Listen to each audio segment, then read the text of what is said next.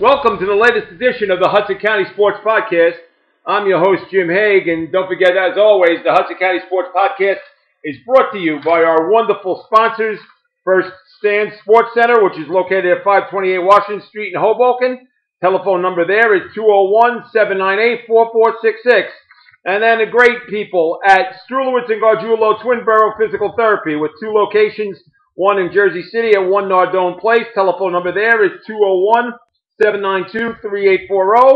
And the other location is in Hoboken at 1422 Grant Street, Suite 4C.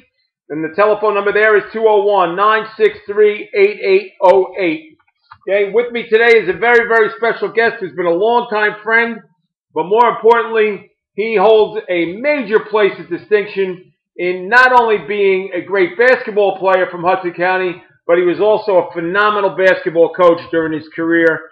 And he grew up in Hoboken, played basketball at Hoboken High, then he went to Monmouth University. Well, back then it was Monmouth College, and he had a phenomenal career there. And incredibly, he set an NCAA free throw record that the basketball, and I kid you not, the basketball appeared in the Basketball Hall of Fame in Springfield, Massachusetts for years. I don't know if it's still there because I haven't been there in about 13 years, but I've seen the basketball in my two appearances at the Naismith Basketball Hall of Fame. I saw his basketball. And from after his playing days were over, he then got a job coaching and teaching at North Bergen. He was a longtime assistant coach to both Matty Sabello and to Randy Shave at North Bergen, and then became the head coach of the North Bergen Bruins, where he served for over 15 years and had a great career there. And he coached the all-time leading boys basketball scorer in the history of Hudson County, which he definitely made this man look really good, and Rick Apodaca. But it is my good friend, John Barone. John, how you doing today, buddy? I'm doing great, Jim. One thing I wanted to correct you on. Oh, please, go ahead. I forgot it. You forgot it already? I'll remember it. Well, is it Hoboken? Is it holding the record? Is it You always thought that I was North Bergen. I'm Hoboken. No, I didn't say North. I said Hoboken. I know. You did it right. I did it right. I used to say North Bergen. I now say Hoboken. So I'm with you. You did.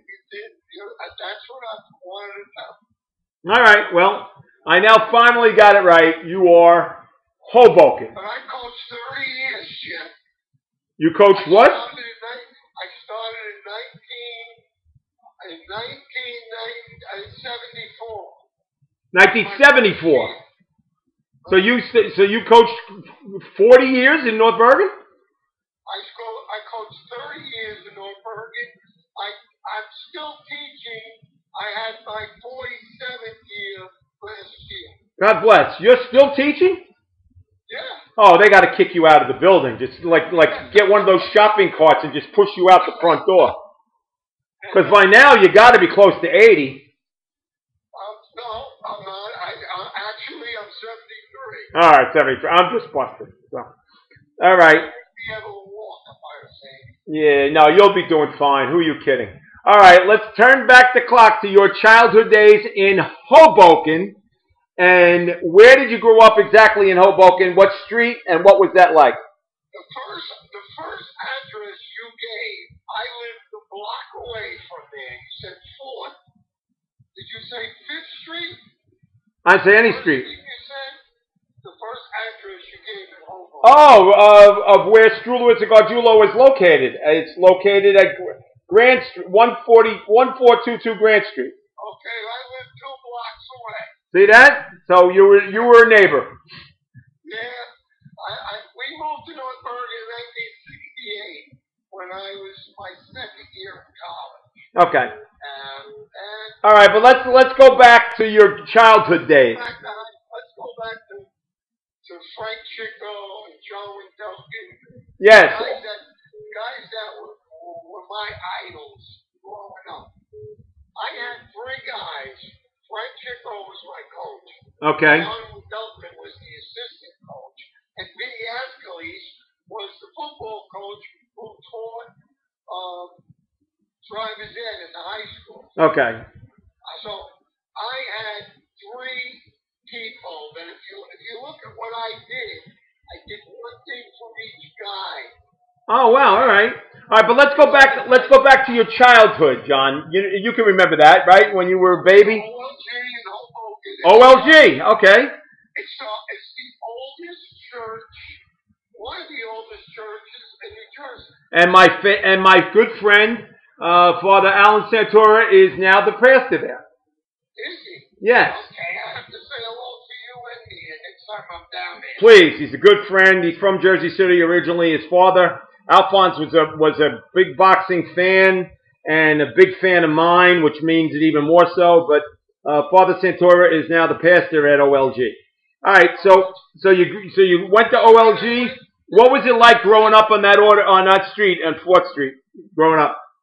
I grew up on 4th and Garden, 4th and Park, and there was a Church Square Park is where OLG is. Right. That takes up a whole side of the park. Okay? That's where I spent half of my life.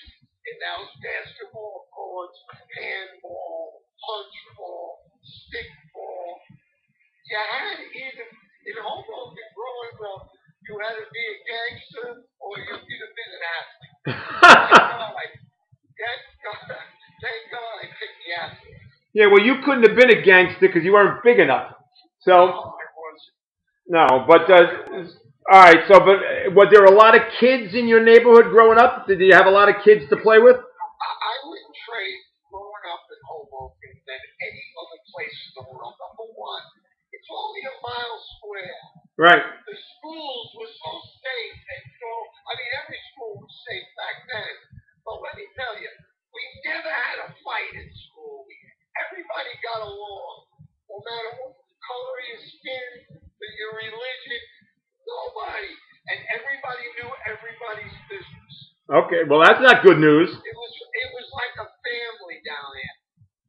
Now it's different. Yeah, but if everybody knew everybody's business, that means you could not get in trouble because then, Mrs. Jones down the block said, you know what, that Barone kid was running with the wrong crowd again, and then she probably called your mother. Exactly. Yep. Exactly. And you hit that one right on the head. Yeah. In other words, you had one mother and father then. No, you had about 17, right? I come from a big family. They all lived in Hoboken. My mother had three sisters and 4 brothers. Wow. My father had 2 brothers and 5 sisters. Everybody was married. Everybody lived in Hoboken. Okay. I had 72 first cousins. 72? That's more than me. Wow. I thought I had a lot. I had 53. You got 72. That's more. I used to be working with my close, hanging out with my close friends, and the kid would go by and went, hey, what's up? Who's that? That's my cousin. And then 2 minutes later, we would go the other way. Yeah, that's my cousin. Somehow things like that haven't changed in Hoboken. Now there are a lot of kids that are still related to each other. It is, but it's like the old timers had to move out; they couldn't afford it. Yeah. We had to move to North Bergen. My mother thought we were going to the country. The fresh air fund. Okay. She saw a tree. When you drive down here, you notice every block has a tree. Yep. Do you know when I'm growing up, there wasn't one tree on one block. If you wanted a tree, you had to go to the park. No trees at all, huh? Okay. There's about 5 parks down here. That's the only trees that are in Hoboken. I go down there on days. Okay. There's a tree in front of every house. I know, pretty much now. So, all right. So growing up, did you play all 3 sports? Like even if it was, just with your friends? Did you play baseball? Baseball player. You were never a baseball player? Yeah. And the funny thing is, in basketball, I shoot with my right hand, but I also have to do things with my left. But in baseball, I was lefty. Threw it lefty? I threw lefty and batted Oh my God! That's what helped me in basketball. All right. So what made you give up playing baseball? Well, you know Mike Rubinaccio, did you ever hear him? Of course. The St. Michael's coach? Yep. He was one of the heads of recreation. And he used to say to me, "You're going to St. Michael's, buddy." I had all these guys that were in recreation. They were all in Catholic schools. And I was in Catholic grammar school. So they automatically all thought I was going to Catholic school. Let's say, 50 kids who were in the 8th grade or 40 kids, I think that only like a third went to Catholic school. Well, because they couldn't afford it, right? Because when it was our turn to go to high school, it was the first year of the new building. Oh, okay. And it was nice to go there, you know. Otherwise, we'd be going to Denver's. You ever going at the gym? Sure thing. I've been there many times. Okay. It was a pit. Yep. With a basket in it. I don't think I would have wanted to play there in my career. I would have probably went. I had Mike Rubinaccio pulling me to St. Michael's. I had Daddy Spello, who was my father, pulling me to Holy Family. Okay. The Catholic schools had a grip on people, especially the ones in Catholic school. Right. Now, the irony about it is that that's what I hated as a coach. The Catholic schools stealing my players. Right. All right. So anyway, all right. So were you a pretty good baseball and basketball player right from the beginning? I made every all-star team as far as districts go. We were one game from representing the East. Nicky Martinelli, Angelo Salvetti, all-state baseball players. I grew up with those guys. When they were all 1 year behind me, and when they were seniors, they dominated. Wow. All right. So now you playing basketball. I guess the only basketball you had a chance to play was CYO. CYO, I played, and recreation. Oh, recreation. Okay. And the YMCA had a league. Yes, it did. It had a league. And it was run by some really short guy with bony legs, and he didn't know what the hell he was talking about by the name of Grinelli, right? Yeah, I said it. Grinelli, right? Yep, my boy. He was pulling me towards a Catholic school, but I don't know which one. He didn't know which one. I forget what it was. He was like the agent of another school. What Catholic school am I leaving out? Sacred Heart? No. Holy Family. Holy Family in Union City. Holy Rosary in Union City, but he wouldn't have been involved with that one. No. So all right.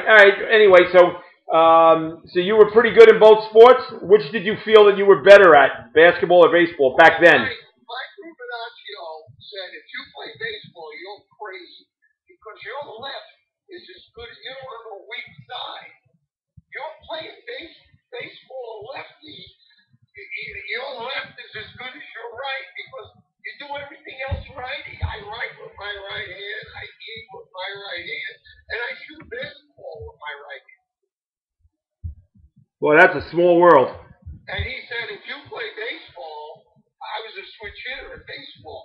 I used to be able to play first base left-handed and second base right-handed. Wow. And did you have two gloves? I wish they had those gloves they have today. Yeah, no, the ones that you used for both hands. But did you have somebody that you could use the glove if you went to play second base? I could. Oh, wow. I could play second base righty. I couldn't play shortstop or third base. I used to try, but I wasn't strong enough in my right hand. My left hand I was. I was a pitcher. Wow. Center fielder, first baseman. That's the only positions a lefty could play. Sure. All right. So, what sport did you like? What sport did you like better playing back then when you were a little kid? I love baseball more than I love basketball. I figured as much. I played. Once I started playing, I never stopped. I played in every league there was. We played up at St. Paul and Cross in high school. Yeah, outside that thing that was like a mile long, that court. Yeah. Across the street from the church. Church, right. All right, but baseball was your first love? It was my first love. Where did basketball, I mean, you played basketball, where did it kick in? I say about 7th or 8th grade I started playing basketball. Oh, okay. And I played both, really. all right. And were you really good at basketball right away? Oh, yeah. Yeah. Okay. Yeah. My teams always won. Like we won the recreation league the years I played there. The Satans. The Satans. I don't know if the Satans will go over well in the CYO league. That's for sure. All right. Nelly had a great. It's these guys that ran these places. They got the rec center, Michael Rubinaccio. Right. And you went the 3 basketball courts. The one uptown on Washington Street. That's Mike Brunelli. And the third one was a Protestant church had a little gym. It was smaller than Denver's. But we used to play there too. Okay. They only had 3 inside gyms. Wow. The grammar schools had them. Okay. Some of the grammar schools. But they didn't have leagues. No. All right. So with the recruiting wars going on at the time, John, what made you decide to go to Hoboken High? Well, when I lived across the street from Denver's by the park, I used to be able to sneak in to every Denver's game, and I was the ball boy. Oh, wow. Who was, did you have a favorite? I knew I was safe. I just had to cross the street. I could have rolled out of bed and hit the door. All right, did you have a favorite player? Every game, I would say from 5th grade to 8th grade, I saw every home game. Wow. And now you're talking about Davey Little and John Duncan and George Montecalvo. I could keep naming them one after the other. And I just got the bug. And I had to be a basketball player. All right. All right, so then when you got to Hoboken High, that was a no-brainer? You had to play basketball? Yeah, I wanted to play football. My basketball coach, Frank Chico was your basketball coach? Yeah. Okay. Frank Chico. Good basketball coach, right? Good mind? Yeah. Yeah. He was my first basketball coach. John Duncan, was the assistant. Okay. And he took me under his wing. And I'll give him 99% of the credit of my free throw shooting. Because we used to play in the park every night. The lights used to go off at 10 o'clock. He used to say to me, John, come with me. We used to go to the Airview, have an ice cream or an ice cream. What was those? Vanilla milkshakes. Egg cream. We used to have egg creams. And then he knew at 10 o'clock with the lights off, the cops would leave. They were off duty now. And we used to go back to the park and shoot free throws in the dark. Wow. That did it. Well, that would make you a pretty good free throw shooter. 100 each, and then we say goodnight and go home. Okay. And I'm talking like 4 years of that. Okay. All right, so now when That'd be a good free throw shooter. if you're shooting free throws in the dark, I guarantee. But the only good thing is if you're shooting free throws in the dark, you don't know whether or not they're going in or not. Yeah, you did. Oh, okay. You had the street lights. Oh, okay. You couldn't play a game on the court. It was dark. But the street lights made you able to shoot. Oh, okay. All right. What was it like to play for Frank Chico? I tell you, I learned more about coaching from him. Really? Than playing. Frank was terrible X and O guy. He used to make up three. He used to come to practice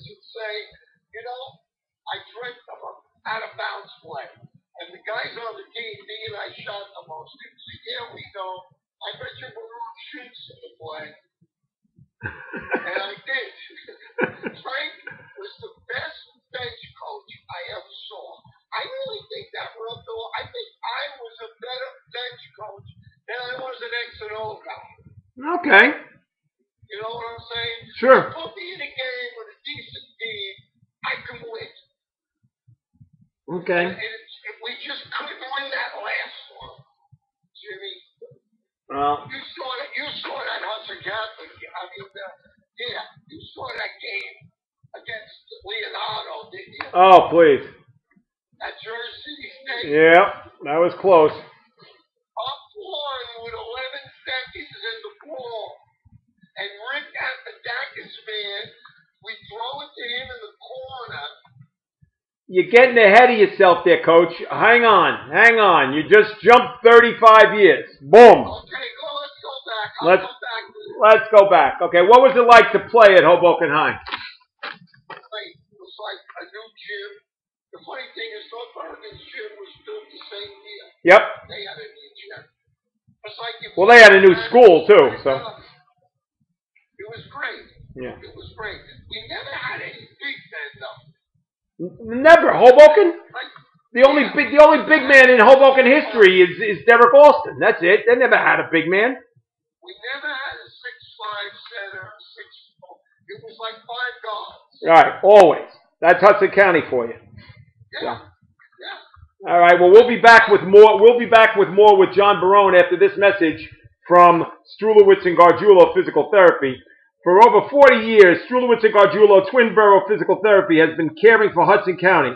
With modern state-of-the-art offices in Jersey City, Bayonne, and Hoboken, you can count on Carl Gargiulo and his highly trained, experienced staff of physical and occupational therapists to bring you to recovering from an injury, get post-operative care, or reduce your pain and help you to get back doing the things you love to do.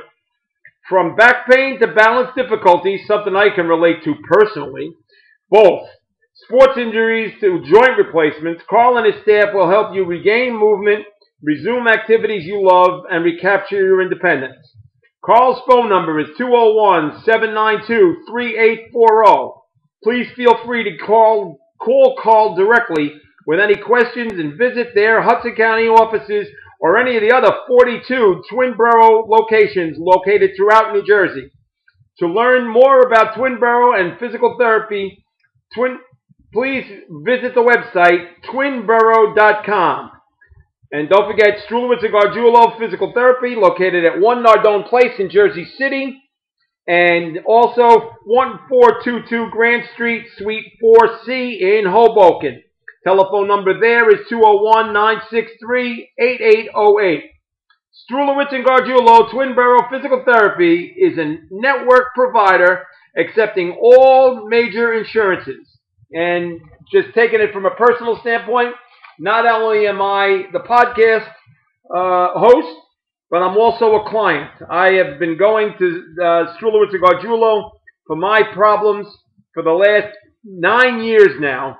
And I still go on a regular basis, and I can't thank them enough for for my part of recovery. So thanks to Strulowitz and Gargiulo Twin Borough Physical Therapy for not only being a sponsor, but for helping thousands of Hudson County patients, including yours truly. All right, we're back with John Barone, my special guest today. And John, tell me now, when did you start to realize that you had a chance to play at the next level from high school to college? Well, my junior year in high school. Do you remember the game with Aracal? You ever hear the game we played? We played Bayonne for the championship. The county championship? No. At the Armory. Well, that's where they all were. What year What year was this? 69? 67. Yeah, 68. Okay. No. I'm 65, 66. This would be 63, 64. Okay. We had the midterm graduation. If you weren't 5 years old, they would take you.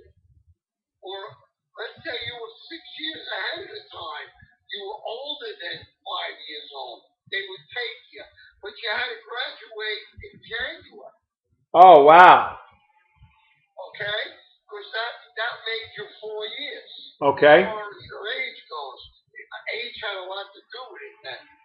Now, we lose 3 starters that year, my sophomore year. And in a way, it helped me because back then you played freshman and you played JV.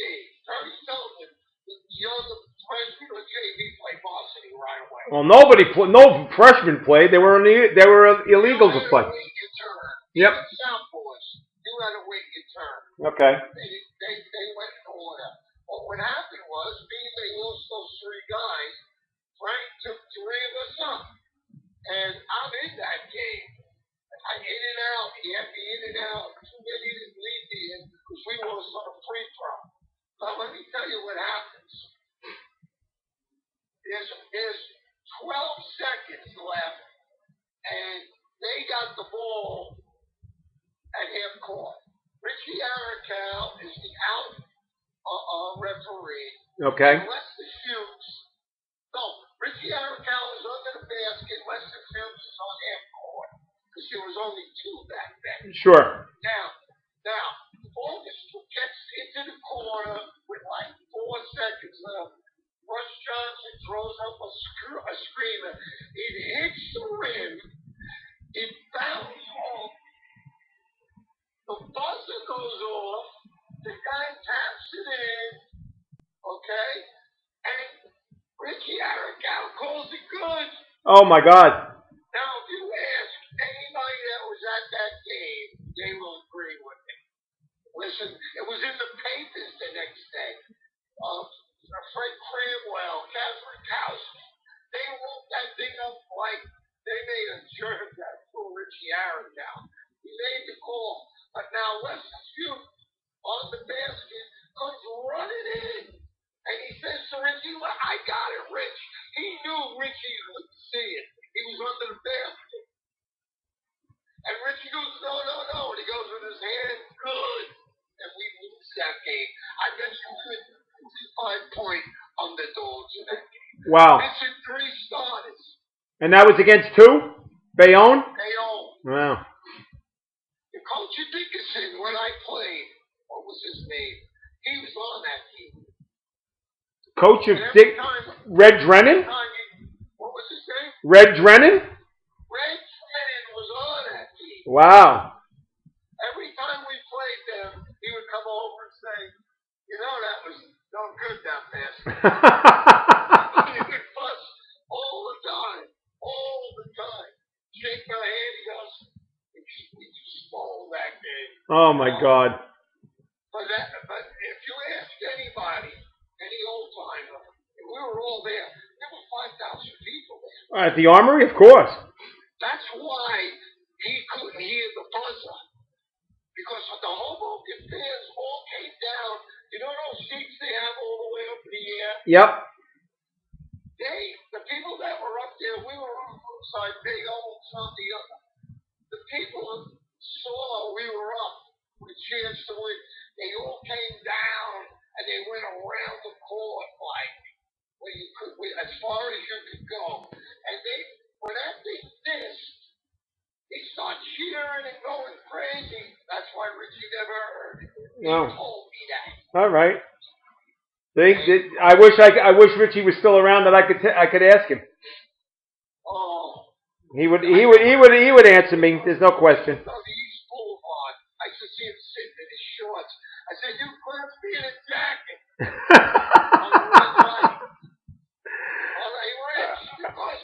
Cost me a jacket. There you go. They were. They were big. All right, but your junior year of high school is when you started to get recruited? Now, my junior year, I made Will County. Okay. You look at my junior year, and you check my senior year. I'm the only returner my senior year. Every one of those guys, I was the only guy that didn't play, that did 64, 65, 66. I made first team Will County. Both years? Both years. Wow. Nobody else did. Wow. So they were really, I had a... Now, how many points a game were you averaging back then, John? I averaged about 23, 24. Wow. That might have been a Hoboken record because I don't even remember anybody ever averaging that much. I think I'm the number one scorer. They never say anything about it down there. Yeah, well, I don't know about career scoring because both Justin Davis scored 1,616 points, so that would put him in the top 10 of all time leading scorers in Hudson County, and you're not in that list. I see that. Yeah, because you only played 3 years of varsity, so that played against you. Well, no, I only played that championship game, maybe 2 games before that. Okay. All right, but you averaged 23 a game as a junior and a senior. You made first team All County. You started to get recruited by colleges. What were some of the schools that you were considering? Holy Cross, I loved it. Joe Duncan was an All-American there. Yep. He wanted me to go to Holy Cross. I took a test in the summertime, and my grades were good. Well, you needed to get into Holy Cross. You needed great grades. I couldn't get in. Oh, okay. So now I told all the other schools, and I had about 11 schools. All right, what were some of the others? Fairleigh Dickinson, St. Peter's, definitely. All the schools in our area. Okay. But as far as Fairleigh Dickinson was Al Balbo. St. Peter's was Don Kennedy. So these are all guys. Go ahead. Well, Balbo was there. I don't know about my defense for him. Yeah. I would have made him happy in offense, but he's the best defensive coach I ever saw. Oh, he was amazing. When Monmouth played his teams, I didn't want to play Fairleigh Dickinson. Okay. All right. So now you just jumped the gun a little bit. What made you choose Monmouth? I didn't. I chose Rider College. Wow. Okay. I picked Rider because it was still going. I didn't have many schools that would even listen to me. Like I explained, I wanted to go to Holy Cross, and I ignored you guys, but I didn't make it as far as my grades. And these other schools said, "What's wrong with your grades?" There was no problem there. Yeah. So now, sure enough, I got to go to take 3 courses in the summertime, and I didn't fucking like it there. Okay. I didn't like it. It was outside Trenton. The people were all from Pennsylvania. We didn't get along. I would never get along with those people. So now, plus, there's nothing going on. You can't find a pizzeria in Lawrenceville. So where's an Italian-American boy from Hoboken going to do in Lawrenceville, New Jersey? Please. We got a coach of the team from Georgia in his first year. Would have been my first year. And I didn't like this guy. I didn't understand him the way he was talking. Okay. So anyway, I leave. And I think I only have a month left. I got to find out someplace else. Good old Frank Chico calls me up and he says, "What are you doing?" He found out I couldn't get in Holy Cross. And I said to him, I said, "I left Rider." He goes, "Where are you going to go?" I said, "Right now, it's pretty late." He called Jerry Malloy up. Okay. Because Monmouth was interested in me. All right. And Jerry Malloy and Bill Boylan, my coach. That's right. Bill Boylan from Galway and him were very, very close. Jerry was close to everybody. He knew everybody. It was amazing how many people Jerry knew. I love that man so much. Same here. Same here. I used to drive, in his later days, I used to drive him around to all the different, all the different luncheons and communion all the communion breakfasts he used to go to all around the county. Oh my God. Oh, geez. I was invited after I broke the record to the New Jersey Sport Writers dinner, and he's the toastmaster of the thing. Of course. Of course. All right, so before we get into that, so let's talk a little bit about Monmouth, and now you're behind the ball a little bit with Monmouth. Go ahead. He says, because I lost a kid. He lost a guard. He says, "Is he a guard?" Jerry goes, "Yeah, and he's a good one." He says, "I'll take son. And I'm at Monmouth with like a week to go. Before the season starts? Before school starts. Oh, before school starts. Okay. So you went to Ryder before school even started? Oh, I 11 schools and I was dead in the water. Okay. All right. So what was it like to go to Monmouth? A beautiful campus, nice area. You could go to the beach. You know, it was beautiful. But here's the problem. My freshman year, the rules. Yep. You couldn't play as a freshman. Freshmen couldn't play varsity. Right. How'd it sit? I was better than two. I would have been the second best guard on the varsity. Okay. I had to play a whole year of freshman. Oh, wow. Against freshman teams. And you were better than that, right? I averaged 40 a game. Wow. I scored 1,000 points. 1,000 points in 1 year of freshman ball.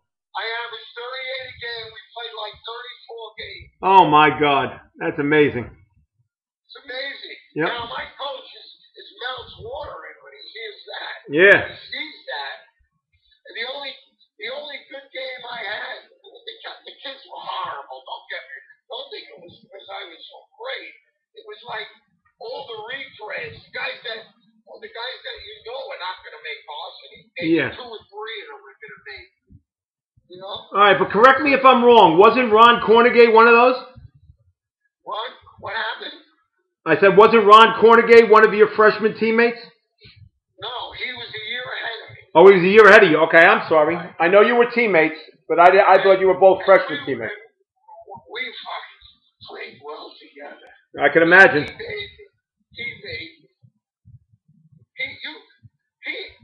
the best defensive point guard I ever saw. Tough man. And a lot of my baskets, and I made a lot at Monmouth, were because they had a double him. I used to spot up bingo. If there was ever a 3, I would have broke records. Right. That I heard. But now I lost that freshman year. You lost that range your freshman year? Play as freshman. Yeah. But here was the rule. If I didn't play 4 quarters of varsity, let's say freshman, let's say I played 3, and I come out of the game, I can play 2 in the varsity game. Oh, okay. So you're allowed 5 quarters. We didn't know this for, say, the first month. All right, but what was it? What was it like? You remember when you first met Cornegie, and how much did you guys hit it off together right away? We were a team. Well, we weren't a team. Okay. And I can't say enough good things about him. I mean, we only lost 13 games in 3 years that I played with him. Wow. And in my 4 years, we won over 100. Yep. All right. Now tell me a little bit about the NCAA free throw shooting record that you broke, and that's how your basketball ended up in the Naismith Memorial Hall of Fame in Springfield. Tell me about that. I got a picture I want to send you about where they put the ball now. The ball is between Chamberlain and Russell's uniform. Right now. Yeah. Not bad. Somebody went up, took a picture, came up. I went and saw your ball. I said, you couldn't pick a better place. Wow. Well, I remember I was up there the last time when Hurley got inducted into the Hall of Fame. What's that? Which Hall of Fame was it? The regular building where the first game was played? Yeah, no. This is the new building. It's a basketball. Yeah, it was a basketball, but I mean in the new building. And I was there when Bob Hurley got inducted into the Hall of Fame, and I started walking around and looking. And I said, I got to find John Barone's ball. And then sure enough, I found it. I went, oh, my God, there it is. It stays in there forever. Yeah, I know. It's forever, and your name is there forever. That's great. That's great. Well, I get more compliments and phone calls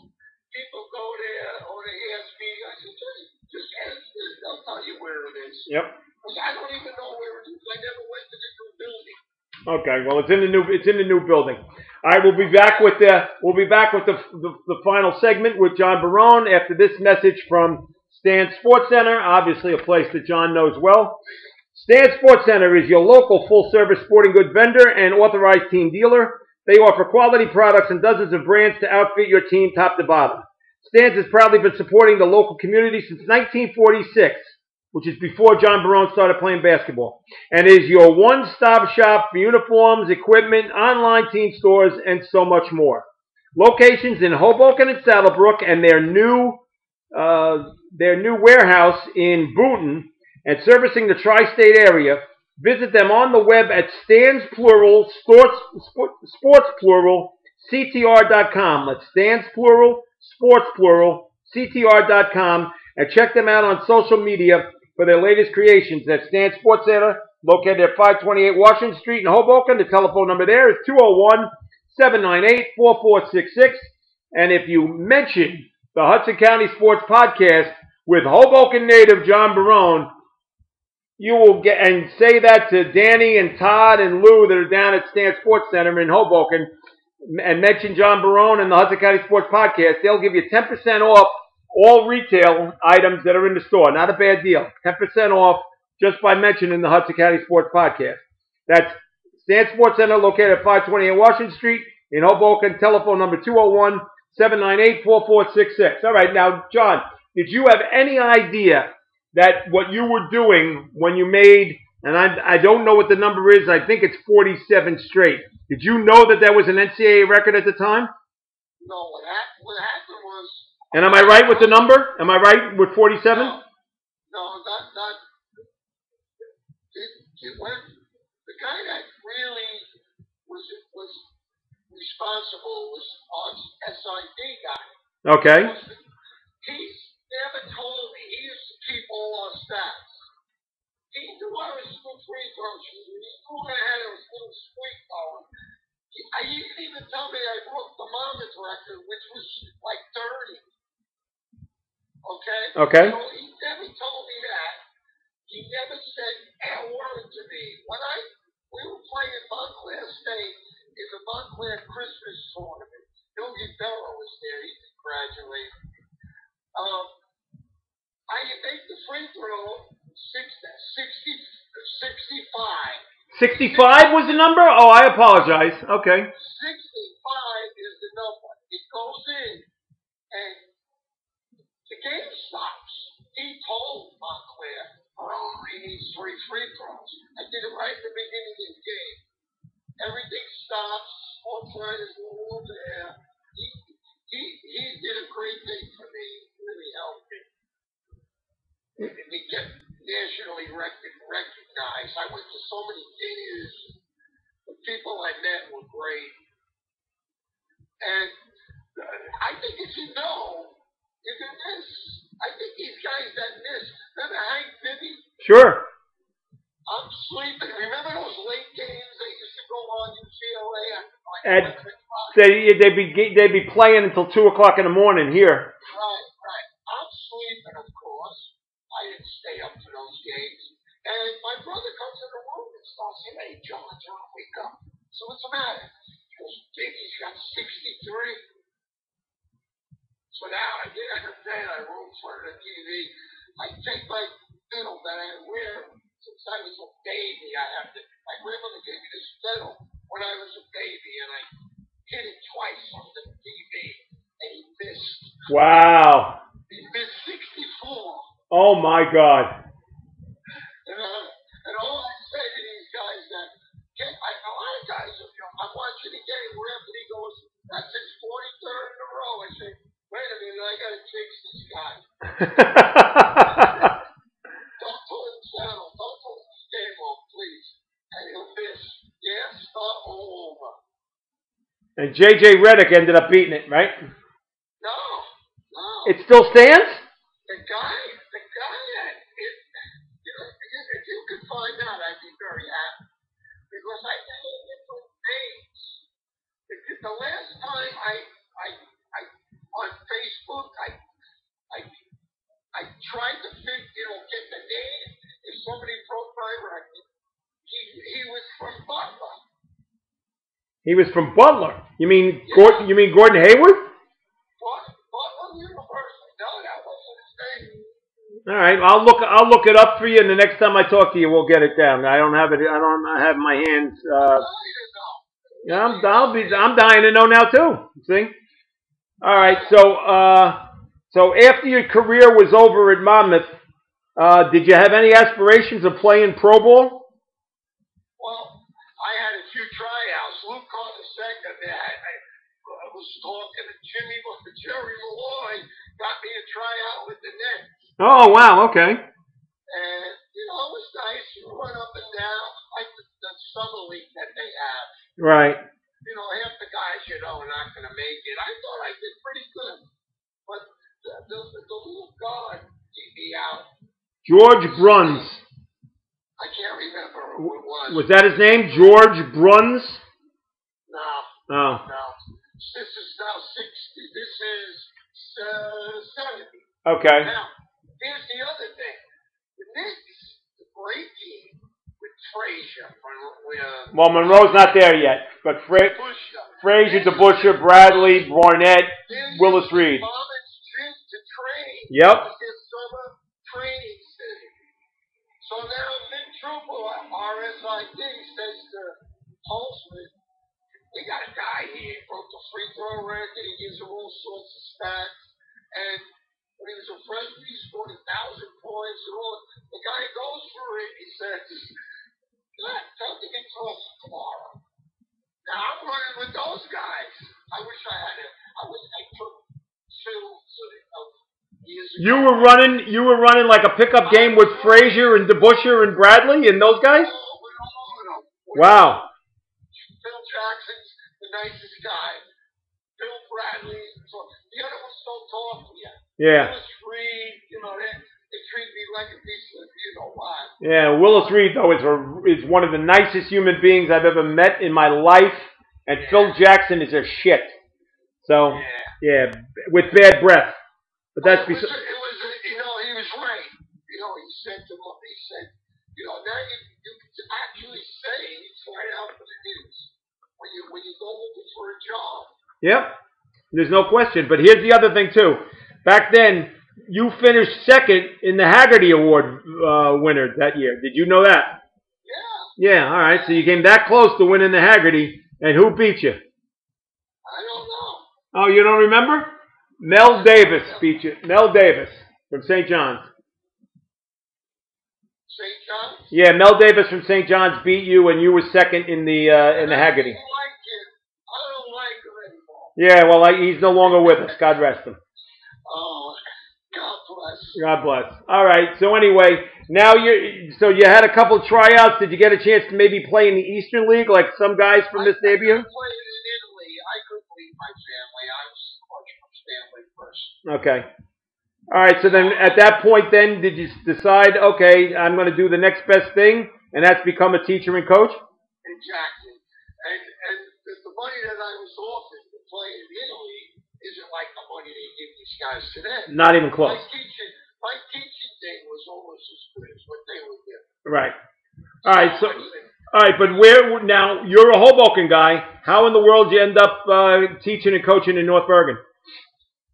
Vinny Oh, really? Okay. My father, my second father. Now, God bless. My Cheech. He was my Cheech. Nope. I mean, great coach, great husband, great father. But you know what? Even a better person. I agree. He was my Cheech. We spoke 3 times a week. We were inseparable. Inseparable. Never had a bad word about it. I don't know if I've ever told you this story, John, and I'll say it now. I was holding his hand when he passed away. You told me this. Yeah, I was holding. You went to visit him. I went to visit him that morning. I was holding his hand. Pat was. Tell everybody. I hope you don't get mad. I don't care. Pat was asleep in the chair. That's one of my trivias. Like I'll say, guess who was the last person? Yep. I say, get out of here. I swear, it was just me, the nurse, and Pat. and Pat was asleep in the chair. Pat, God rest her, we just lost her about 6 months ago, right? Yeah, but I was in the house, and it was almost like he was waiting for me to get there, and I was holding his hand, and I was, oh God. And that's when Pat woke up, and she goes, "What's the matter, Jimmy?" I said, "Patty's gone." And that's when she started to cry, and the rest was history. But Vinny and I were inseparable over the last, say, 15 years of his life. Inseparable. Great man, great man, and he loved me like like nobody's business. I believe you. Yeah. Because he loved everybody. Yep. No. Even the ones I didn't like. I said, well. Why are you nice to that guy? Yeah. Irish Polish Catholic guy from Greenville section of Jersey City who went to St. Peter's Prep, and he embraced me like I was his own child. So he was phenomenal.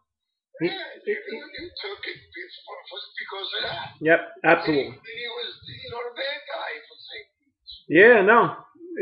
Including me one time, he was in Dolan's and getting his post-game stewed on, and one sambuca after another, and he calls my house at 3 o'clock in the morning, and he woke up my mother, right? And my mother answers the phone and said, "James, somebody's on the phone, somebody named Vinny." I said, "All right, I'll come and get it." So I pick it up and I said, "Hello?" And not going to use the term that he used, but, "You screwed my kids, Jimmy. You screwed my kids. You screwed the kids." I said, "Vinny, it's 3 o'clock in the morning. You woke up my mother. When you want to talk about this, we'll talk about it tomorrow." "No, it's too late now. You screwed my kids." I said, "Okay." So. He bumped into my mom one day. See? We were living in Hoboken. The last year we were living in Hoboken, and he says, "What's John doing?" And my mom says, "Really, did you talk to him? Because he's doing nothing. He's working with his father in a grocery store. My father owned a grocery store in West New York, fruits and vegetables." Okay. But they were doing picking in the basement. You know what I mean? Yep. Everybody was doing it. Everybody had numbers. Yeah. I get mad now when I go to the drugstore and I'm waiting for my pills, and the guy's giving guys numbers. Yeah, and you say 3, 4, 5. Oh, I had that number. Yeah. My father got in trouble for that. Yeah. Then he said, "You tell him to come see me tomorrow." And I went to see him. He says, "Listen, come to North Bergen. I introduce you to the right people. When they hear your background, you'll get a job." And it happened just like that. Just like that. Okay. So now you get a teaching job, and then you become an assistant coach under Matty Sabello, on the same staff with Randy Shave. And what was that like to be with those two clowns? Oh, I loved it. Matty was a carrot, man. You know Randy. Yep. I know Matty too. So. Randy was something else. Randy was in a class by himself. But here's the funny and thing. I will never say anything bad about Randy except for one thing.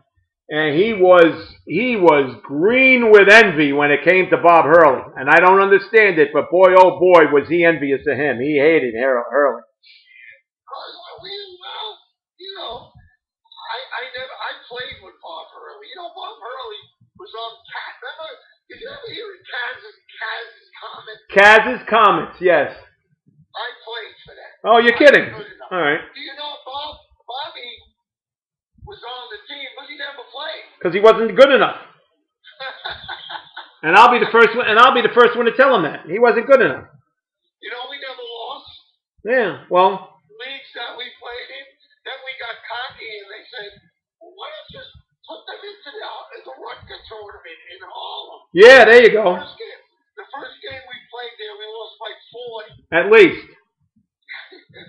All right, and you're gonna play. What I tell Bobby? I said, all these 3 guys I know from Hudson County, it has something to do with the Hall of Fame. You, Togo Pulaski, and me. And Heinsohn. Who's the other one? Tommy Heinsohn. I gotta change it. Tommy Heinsohn. Togo's not in the Hall of Fame. No. No. His uniform is there, but he's not in the Hall of Fame. Tommy Heinsohn's in. No, I'm not either, but he's like me. Yeah, Tommy Heinsohn's in the Hall of Fame. He's a member. And so is Bob. Right. But we're just visiting. Yeah. Visiting, but you can't get in. You got to pay for a ticket to get in. All right. So what was it like?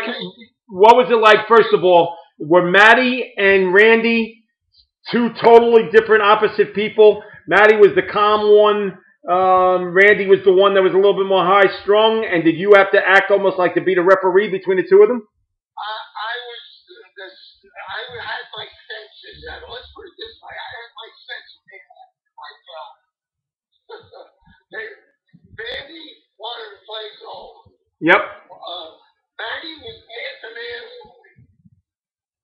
and a lot of things like that. And remember, my first year, we won everything. Yep. We beat St. Anthony's twice. Yep. We beat Camden in the finals. We were number one in the state. Absolutely. That's 78. What a great year that was. That was my first year. Oh well, what a great year! And who'd you beat in the North Hudson final? we lost. We won Camden. No, the North Hudson final. Trabuca. Yeah, that's it. You beat Bluefield in the finals. Out in Hackensack High School, correct. And how many did Kelly put up that night? 44. No, he put up 55, but that's besides the point. And you had the double numbers right. And by the end of the game, Matty had four Bruins trying to guard Trabuca, and he was still making shots. All right, listen to this quick. And if you remember real quick how you won the game, Carl DeVito took that shot. And it bounced and bounced and bounced it was on the rim for about an hour and a half, and it rolled around and boom, went in, and that's how you ended up winning. Carl DeVito won 3 of those games. Yeah, he won that one, that's for sure. Every time we put him in, things changed. But let me tell you, Trabuca missed an easy shot. Yes. Well, he also missed a very easy shot that would have put them up by 4 with less than 13 seconds to play, and he had a turnaround from about 9 feet, and he banked it hard, and it came off the rim, and I think Louis Cruz got the rebound and set it off. The only games I saw was Trabuca's game and Camden. Okay. I had to go Scout the rest of them, sure. I never went to the game. See, and that was your first year? That was your first year? My brother was on that team. What's that? My brother was on the bench in that team. Of the North Bergen team? Like Joe Barone, my brother. I never knew that. See? And here's the thing. He never played. Of course he didn't. My father used to argue with me. I said, Dad, I know he's good. If Joey played for one of my teams, he starts. With that team, he was the 5th best guard. Exactly. On a team with Calandrillo and Stevie Greco and Matty Pickenich, he wasn't seeing the light of day. He was in. When I talk about that team to people, they want my input on it. I said the only team that might beat them is our second team. When they used to practice every day, sometimes the second team used to kick their ass. Oh, really? Okay. DeVito was on the second team. Joe Jumper, my brother. Havlicek. Frankie and Sean. These guys were all county players. Well, DeVito was an all-county at Emerson the year before. Yeah. He led the county in scoring. Yeah. I know. So, all right. So then that was your first year? Then your second year is the Calandrillo explosion. And what was that like to watch every single night, watching him put up 40 a game? Well, it was like when I left, when I became a senior, the 3 starters the fall starters graduated. I was home with myself my senior year. Oh, okay. That's why I was able to do what I did. Shoot the ball so much. Same thing with Danny. That team was horrible. Yeah, but they had Stevie Greco was still on that team, so that wasn't. They weren't really bad. They lost to St. Anthony's in the North Hudson final in North Bergen High School, but you know. Wasn't that the year somebody did St. Anthony's have a irreligible guy? Yeah. Donald Pike. Yeah, he somehow changed it. He had a different name. He went to Seton Hall. Who? Stevie Greco. Stevie Greco did. Yeah, absolutely. Yeah. No question. He couldn't get time when he was on that team as a junior. Yep. Cool. On that 78 team? I used to argue with my father. He couldn't see the light of day on that 78 team. I said, Dad, kid Stevie Greco, I love him. Joey ain't better than him. Joey ain't better than the other two guys either. Yeah, no. If my brother played with me on my teams, he's a starter. He's my second best player, bro. So, all right. So, what was that like? What was Calandrillo like to watch that on a nightly basis? I remember I was at the game at Snyder when he scored 64, and by the end of the game, the brothers in the Lions Den were giving it the woo, woo, woo, and that was the sign of approval. That guess what? The brothers in the Lions Den were approving what Calandrillo was doing. Everybody loved him. Yep. You had to love him. Yep. You had to love him. And Danny's same thing that made him great, people never say this, is his timing. Half of the rebounds he got were all baskets because, for some reason, a 6'4" guy's playing him and he gets the rebound all the time. Because he was deceptively quick and had a nose for the ball. And he shot. Technically, he didn't have a jump shot. No, he really didn't. He barely get off the floor. He shot flat-footed. Yeah, barely got off the floor. He made one mistake, and I hate to say it on the air, but his mistake was I told him to go to Marquette. To Al McGuire. Well. Marquette, I'll agree with. Anthony was hanging around drinking with Randy. He loved Calandrillo, but he wasn't the right guy for him. Well, incredibly, Raftery and Randy went to Louis in Union City, and that's where the deal was sealed. And Danny didn't even know about it. Danny didn't even know. When Randy was the AD, I used to get a note like from the student. Coaches at Louis.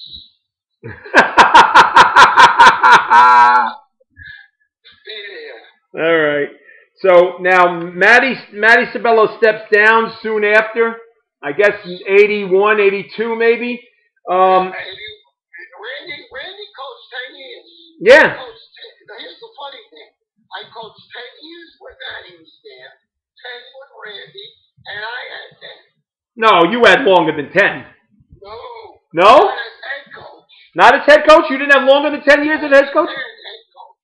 Oh. And then when I have every score of my coaching career. Wow. All right. Well, I won't challenge you, but I just know I know fully well that at the what they used to call it, the great American Shootout or whatever it was that was held in Trenton.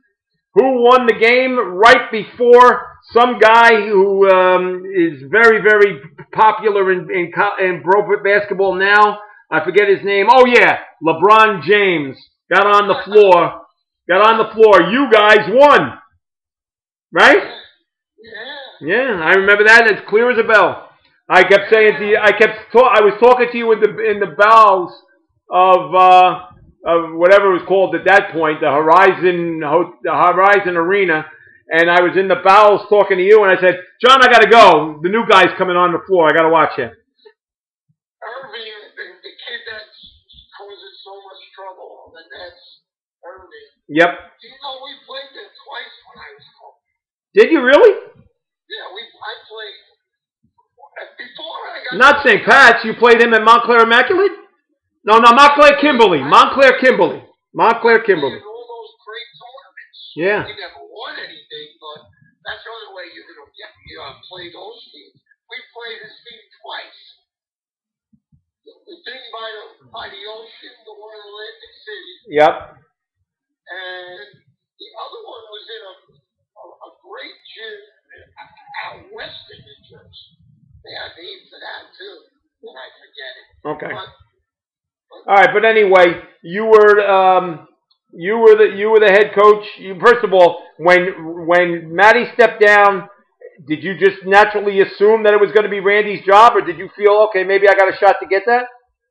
You know, I don't know if I should say this, but you could say it now. Randy's gone. No, but I was in favor of Randy, and they were saying, people were coming up to me in town, you know, you live in North Bergen, you should be able to get that. I said, I waited, I coached Randy for 10 years. Do you actually think, I heard he's getting the job, do you actually think I would politically go over his head and take the job? Do you think I'm that kind of person? Well, you got the wrong guy. Yeah. It's his turn. It was his turn, and he did it. It's his turn, and that's what I kept, you know, and that's why we got along so well, because he's just threw it up to me. Yep. You know, you did a great thing for me. I said, no, you did it yourself. Well, then when he stepped down after those 10 years, you slid right in, and you hit the ground running.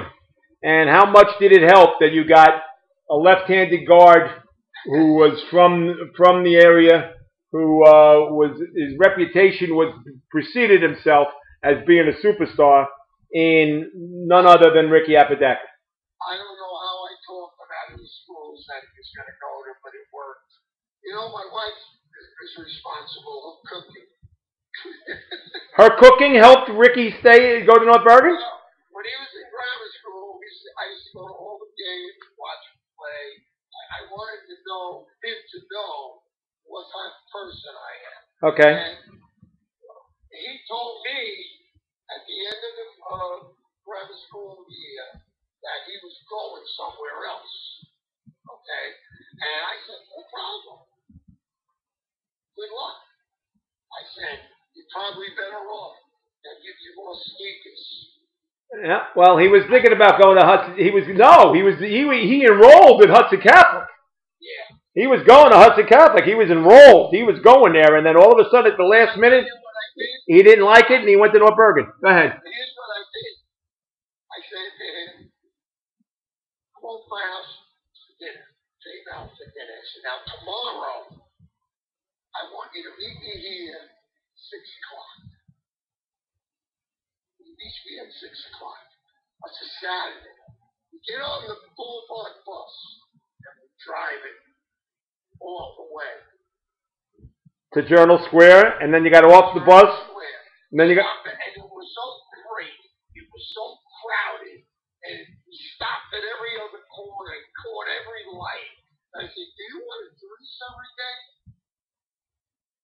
I said to him, "Number one, you got to do it going back, too. You'll be home 9 o'clock. You won't have any time. You'll be eating 9 o'clock. Practice is over 7:30. You wash yourself, you hang around, you talk to your friends. By the time you get home, 10 o'clock, you'll be closing your eyes, waking up, and getting on that 6 o'clock bus again." Yep. It worked. It worked. Well, and was Steve Ricciardi the head coach at Hudson Catholic at the time? No, he wasn't. I don't think so. He might have been an assistant. I'm trying to think who the hell was the head coach at Hudson. Oh, I know who it was.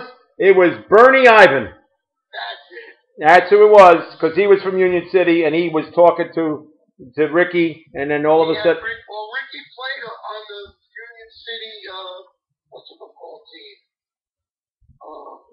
He was on the Biddy All-Star team then when he was 12 years old. That was coached by Clayton Morrell Sr. He was on that team. But that wasn't North Bergen. That was a Union City team. Ricky was unbelievable that he was playing in Toyota League. Yep. You know, like he was playing there. He was playing in Bergen County. Yep. He was all over the place, and we all knew that he was going to be very, very good. But did you did you, in your wildest dreams, did you ever think he was going to become the all-time leading scorer? The first day, I was shocked. He never told me. He never told you he was coming? No, he never told me.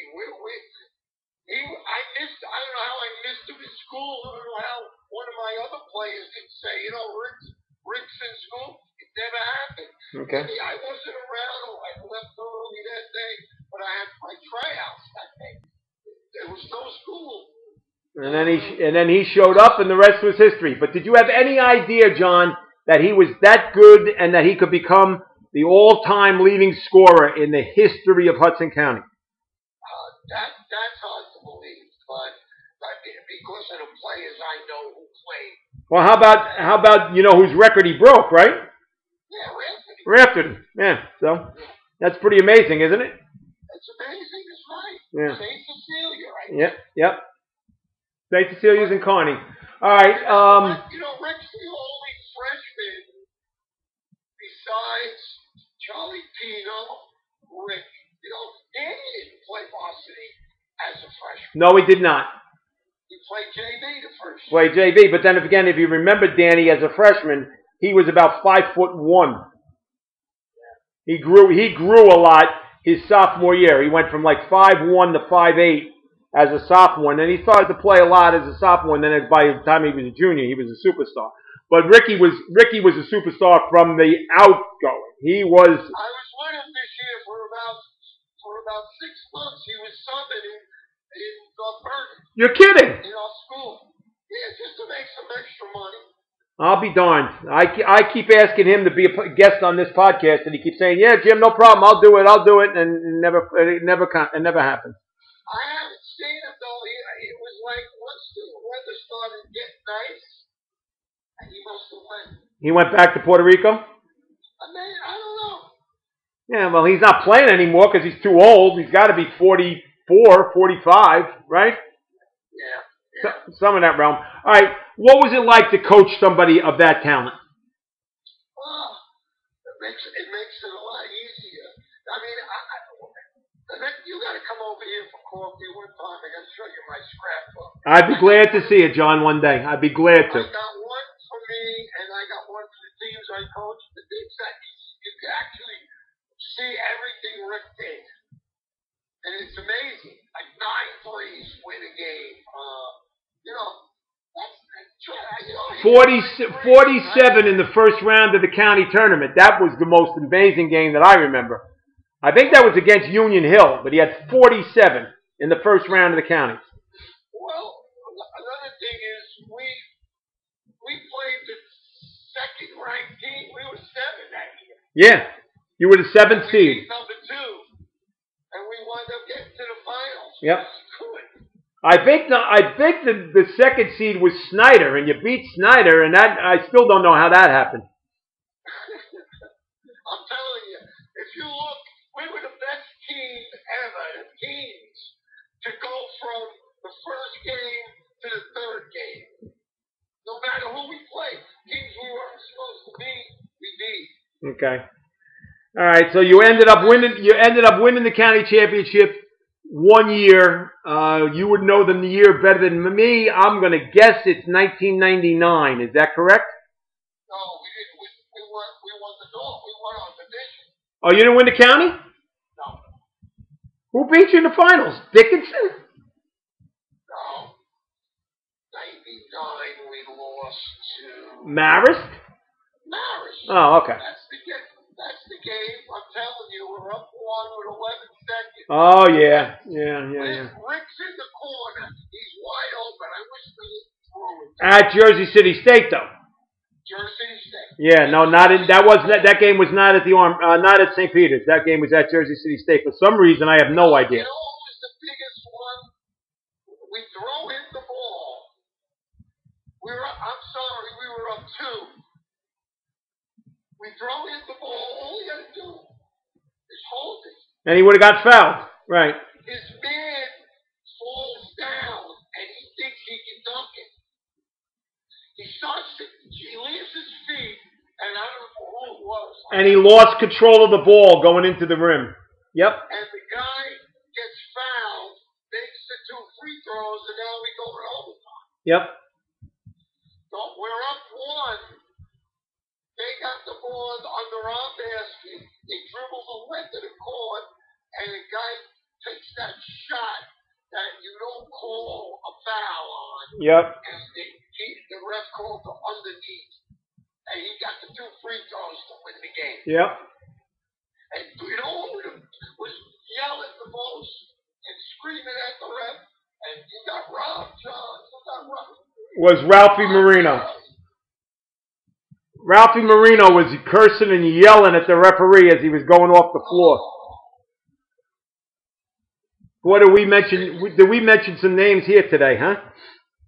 Oh, Ralph Marino, he just passed. Yep. Yep, but he was livid. He was livid, and he's screaming at me going, But I used to say to him, Ralph, just because you're sitting in that chair in WS, do you think these guys are going to take your crap?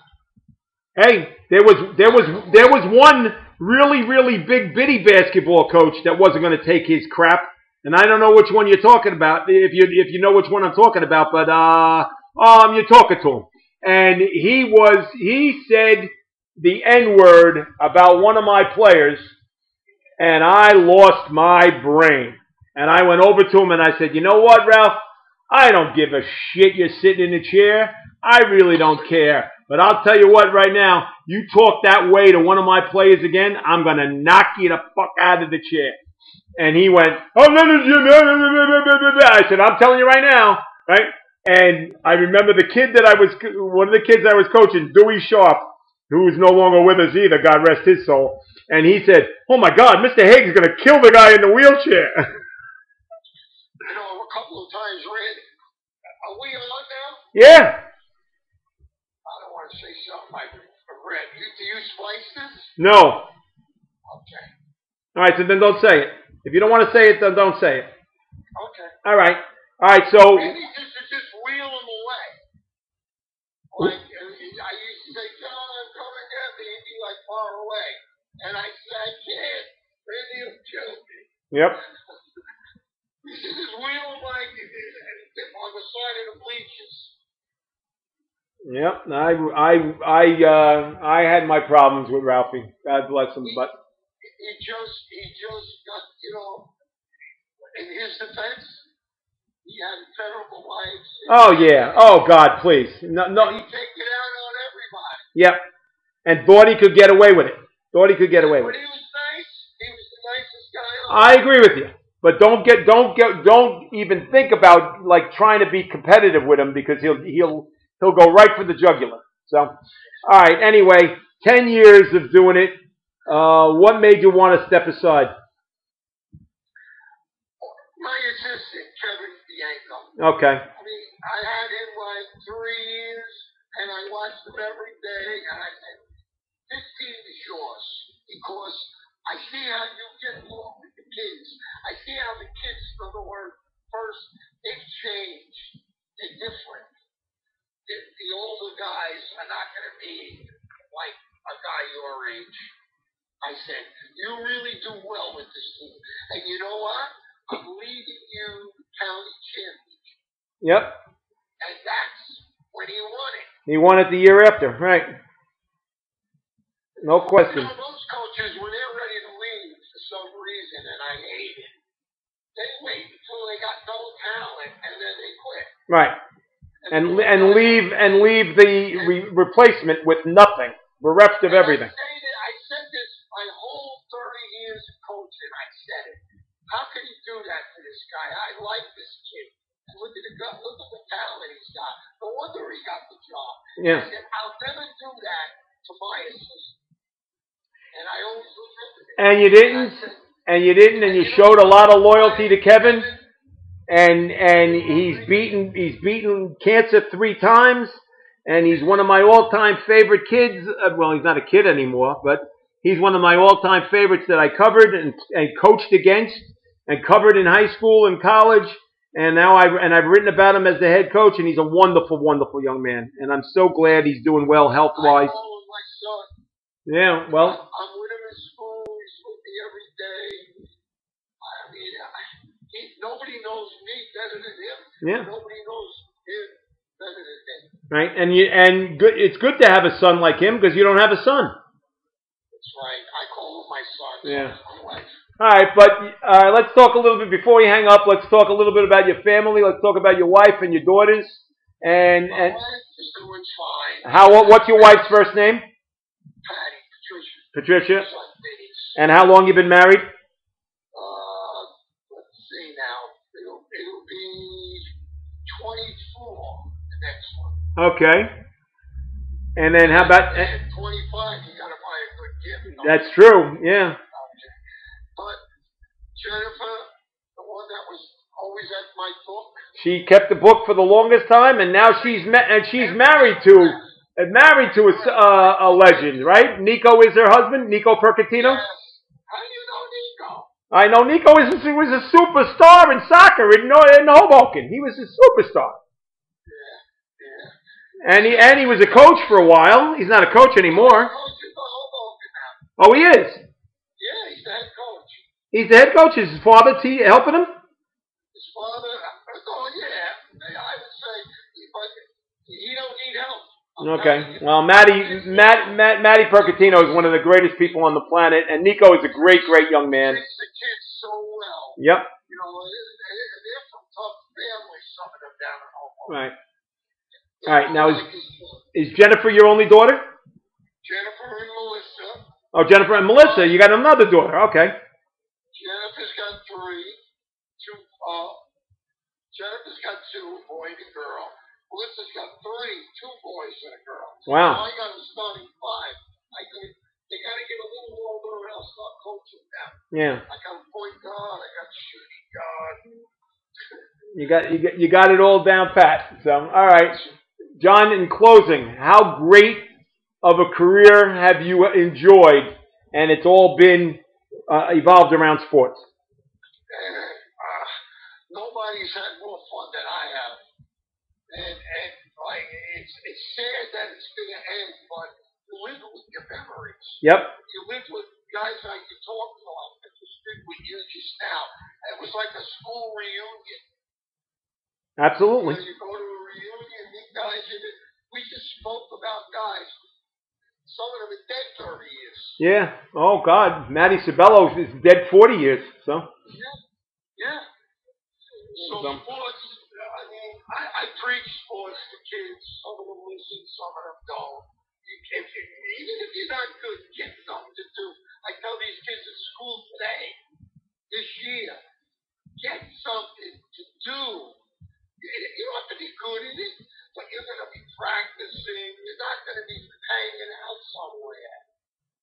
You're not going to, I saw a stat the other day that out of every 1,000 college players of all sports, 10 make the pros. That's correct. Okay. 10 out of 1,000. Right. Okay. So now, I'm not telling you to get a sport to do that or to get a scholarship. That's the trouble with the parents today. They get scholarship. You're lucky your kid's on the team. Yep. He loves to play. He loves to coach. He's taking up the time that you want. That you don't want him walking around doing nothing. Yep. Sitting in the house. Get a sport. I tell everybody. All right. More importantly, are you teaching summer school this year? No. No. Good for you. Well, I taught summer school my first year. Oh, that's it? I never did it again. All right.